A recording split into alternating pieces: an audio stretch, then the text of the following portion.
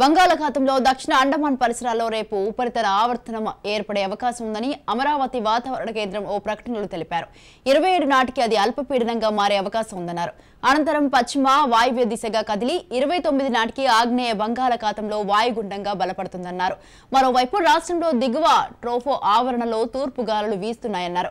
వీటి ప్రభావంతో రాష్ట్ర వ్యాప్తంగా రాబోయే 2 రోజుల్లో తేలికపాటి నుంచి ఓ మోస్తారు వర్షాలు కురిసే అవకాశం ఉందని పేర్కొన్నారు.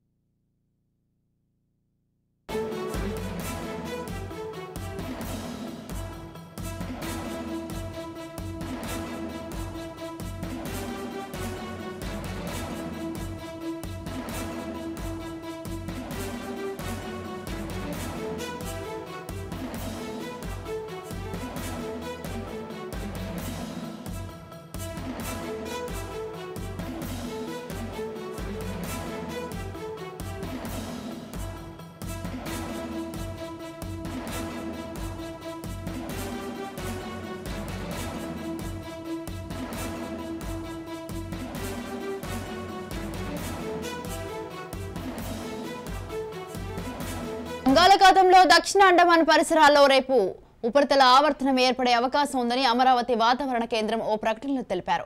27 నాటికి అది అల్పపీడనంగా మారే అవకాశం ఉందన్నారు. అనంతరం పశ్చిమ వాయువ్య దిశగా కదిలి 29 నాటికి ఆగ్నేయ బంగాళాఖాతంలో వాయుగుండంగా బలపడుతుందన్నారు.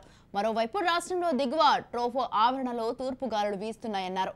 వీటి ప్రభావంతో రాష్ట్ర వ్యాప్తంగా రాబోయే 2 రోజుల్లో తేలికపాటి నుంచి ఓ మోస్తారు వర్షాలు కురిసే అవకాశం ఉందని పేర్కొన్నారు.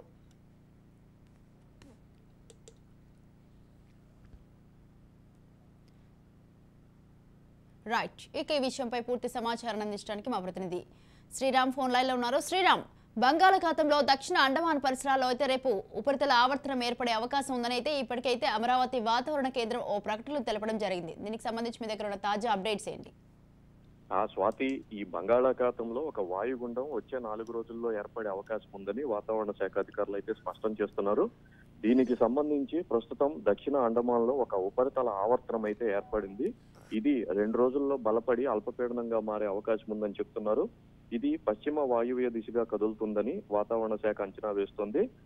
పశ్చిమ వాయువ్య దిశగా కదులుతూ ఈ నెల 29, 30వ తేదీల నాటికి వాయుగుండంగా కూడా మారే అవకాశం ఉందని చెప్తున్నారు. ఇది మరింత బలపడుతుందని కూడా వాతావరణ శాఖ అధికారులు అయితే అంచనా వేస్తున్నారు. దీని ప్రభావం వల్ల వచ్చే 2-3 రోజుల్లో ఏపీ వ్యాప్తంగా పలు ప్రాంతాల్లో ఒక మోస్తారు వర్షాలు కురుస్తాయని కూడా వాతావరణ శాఖ చెప్తుంది. అలాగే 1-2 ప్రాంతాల్లో భారీ వర్షం కురిసే అవకాశం ఉందని చెప్తున్నారు. గత 3 రోజుల క్రితం కూడా ఒక అల్పపీడనం వాయుగుండంగా ఏర్పడింది. అయితే ఇది పశ్చిమ బెంగాల్, ఒరిస్సా వైపుగా తరలి వెళ్ళింది. ప్రస్తుతం ఏర్పడిన ఈ ఏర్పడబోయే వాయుగుండం ప్రభావం కూడా చాలా ఎక్కువగా ఉంటుందని అంచనా వేస్తున్నారు. ప్రస్తుతం వాతావరణ శాఖ చెప్తున్న సమాచారం ప్రకారం ఇది బంగ్లాదేశ్, పశ్చిమ బెంగాల్ ఆ ప్రాంతాల్లో తీరం దాటే అవకాశం ఉందని అంచనా వేస్తున్నారు.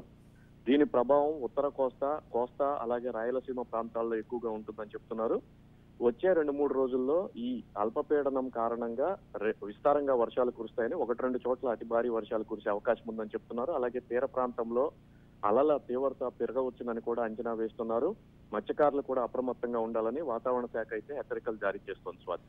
Right, thank you Sriram, thanks for the details.